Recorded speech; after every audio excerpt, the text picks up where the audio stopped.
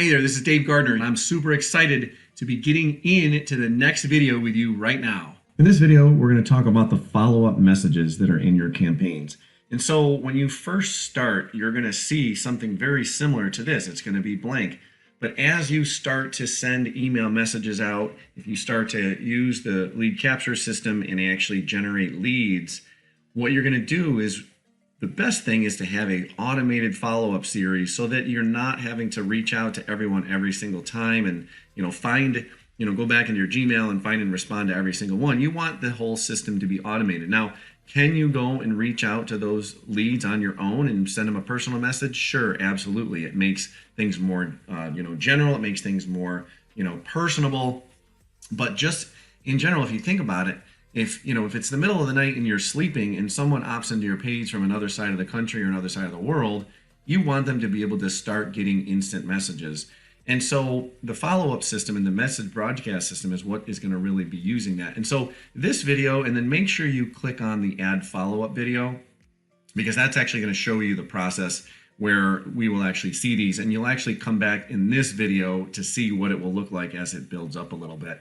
And so at the top right are the campaigns. And right now we have one campaign in here, and you must choose the campaign that you have. Right now it's set for this one, but if there's multiple campaigns over time, you need to make sure you are choosing the right campaign. So when you're doing your follow-ups and your ad follow-ups. But just generally what you're going to see that follow-up series. So maybe you have a 7-day series, someone opts into your list and they have 7 days of emails going to them. And so you'll see the subject line for each of those emails. You'll see when it's supposed to be sent. And we'll talk about in the ad follow-ups, your first message should always have a 0 with it because you want that to instantly go out. That means there's no days in between when they register and when they get their first email.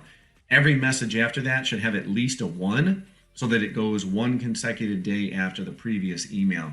Otherwise, if you were to set it with multiple numbers, it might skip. Like if you set it as a 3, you would get an email on the first day if you set the first one as 0, but then the next email wouldn't go out for 3 days. So make sure you set that appropriately. I'm going to go more in depth of that in the actual ad follow-ups, and we'll come back and we'll see them here. You'll also be able to see details of how many emails went out, how many people opened the email, how many clicked it if you have a linked click, and we'll talk about that when we get into the send broadcast and our send broadcast function on highlighting and tagging, or I guess linking your links so the system can register whether they were clicked or not.